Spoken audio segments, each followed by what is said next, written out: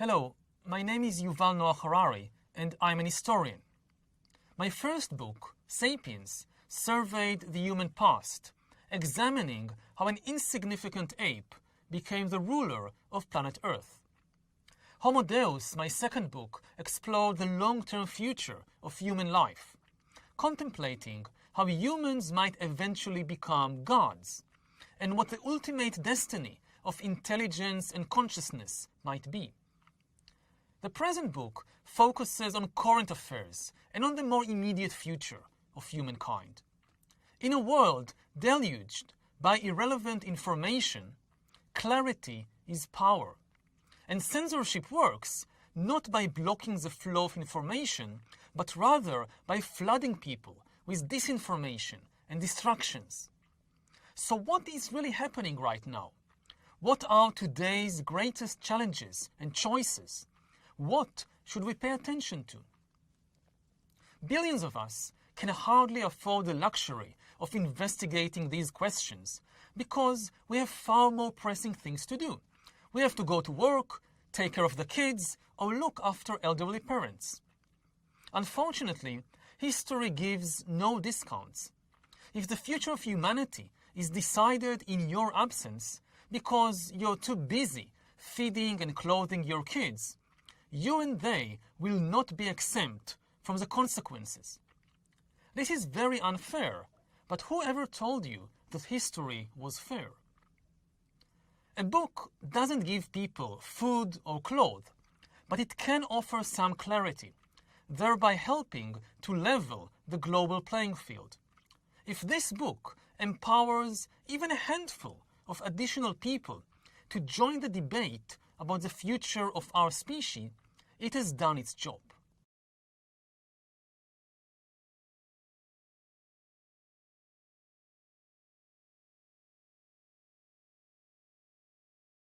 Too many politicians are busy selling us nostalgic fantasies instead of preparing us for the future.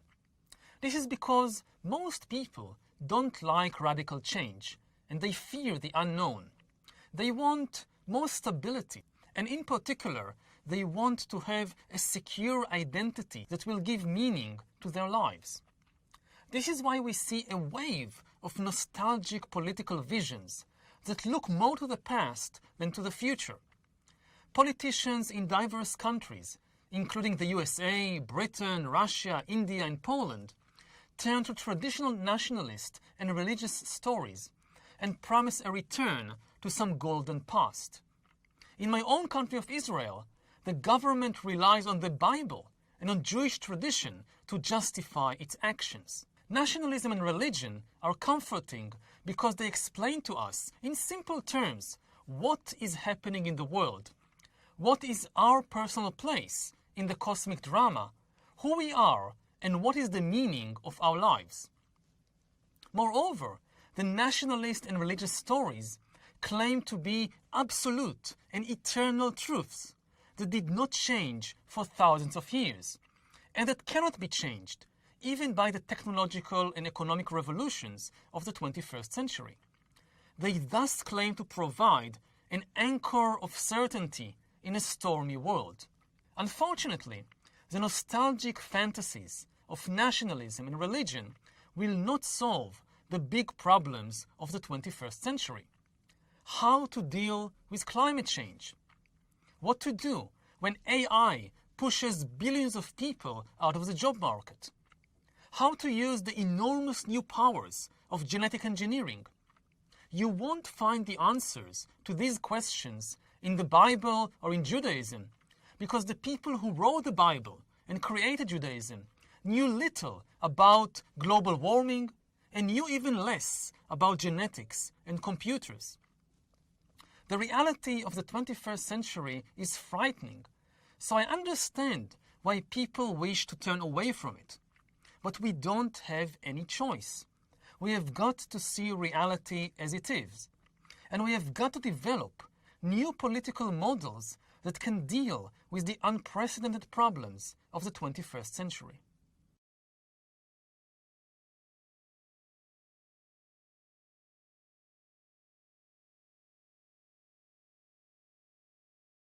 Nobody really knows how the world and the job market would look like in 2040. Hence, nobody knows what to teach young people today. Consequently, it is likely that much of what you currently learn at school will be irrelevant by the time you're 40. So what should you focus on? My best advice is to focus on developing your mental balance and your emotional intelligence. Traditionally, life has been divided into two main parts: a period of learning followed by a period of working. In the first part of your life, you built a stable identity and acquired personal and professional skills.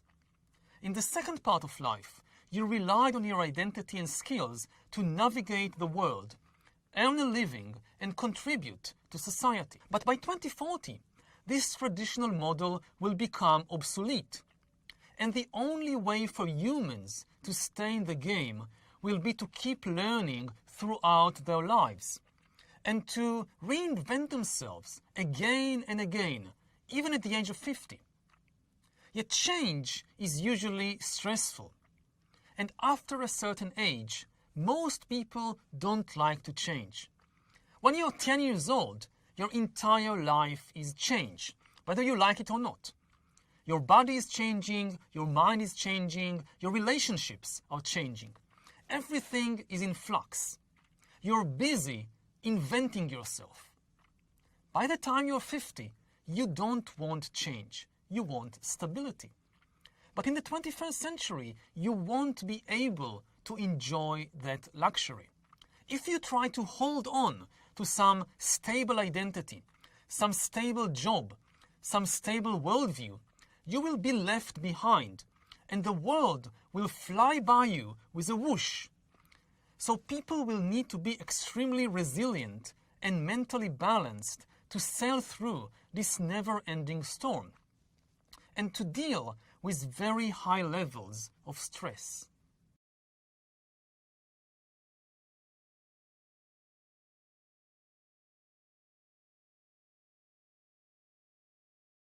Who owns the data? Those who control the data control the future of life. Because today data is the most important asset in the world. In ancient times, land was the most important asset. Politics was a struggle to control land. And if too much land became concentrated in too few hands, society split into aristocrats and commoners. In the last 2 centuries, machines and factories became more important than land.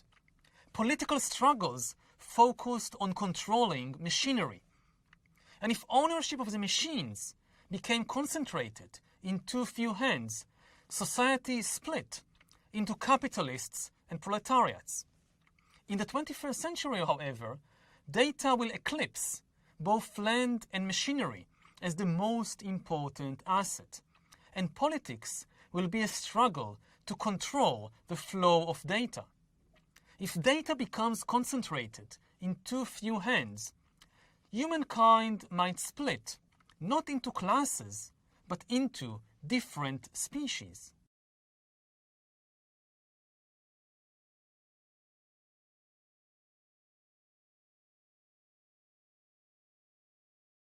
Because we have reached the point when we can hack not just computers, we can hack humans and other organisms.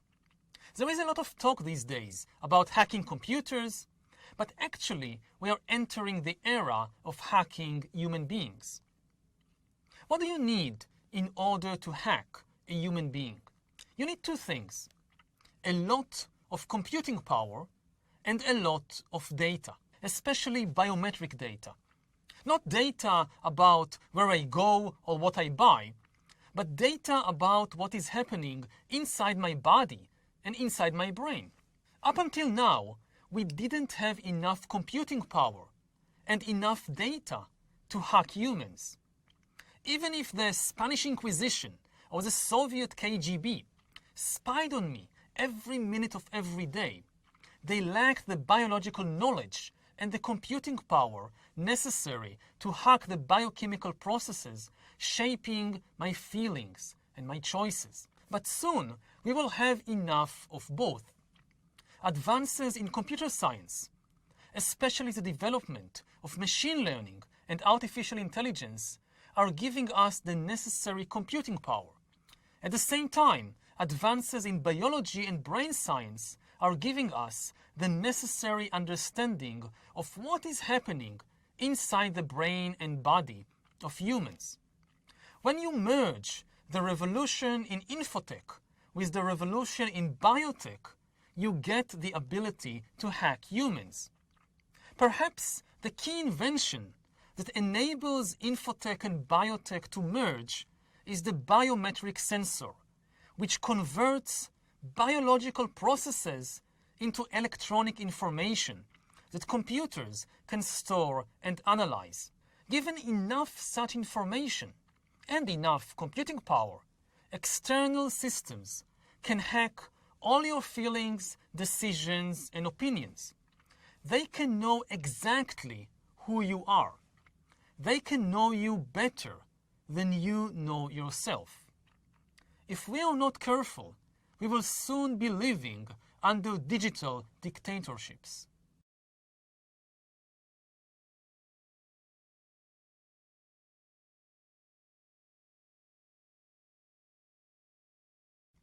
Liberalism, as we've known it, cannot survive for long, but it can certainly reinvent itself and adapt to new realities.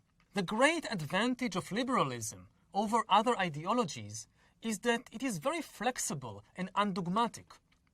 Liberalism has already experienced several cycles of crisis and regeneration over the last century. It has survived 3 big crises: the First World War, the fascist challenge in the 1930s, and the communist challenge in the 1950s to 1970s. If you think liberalism is in crisis now, just remember how things looked in 1918, in 1939, or in 1968. So there is a good chance that liberalism will again make a comeback, if it knows how to reinvent itself.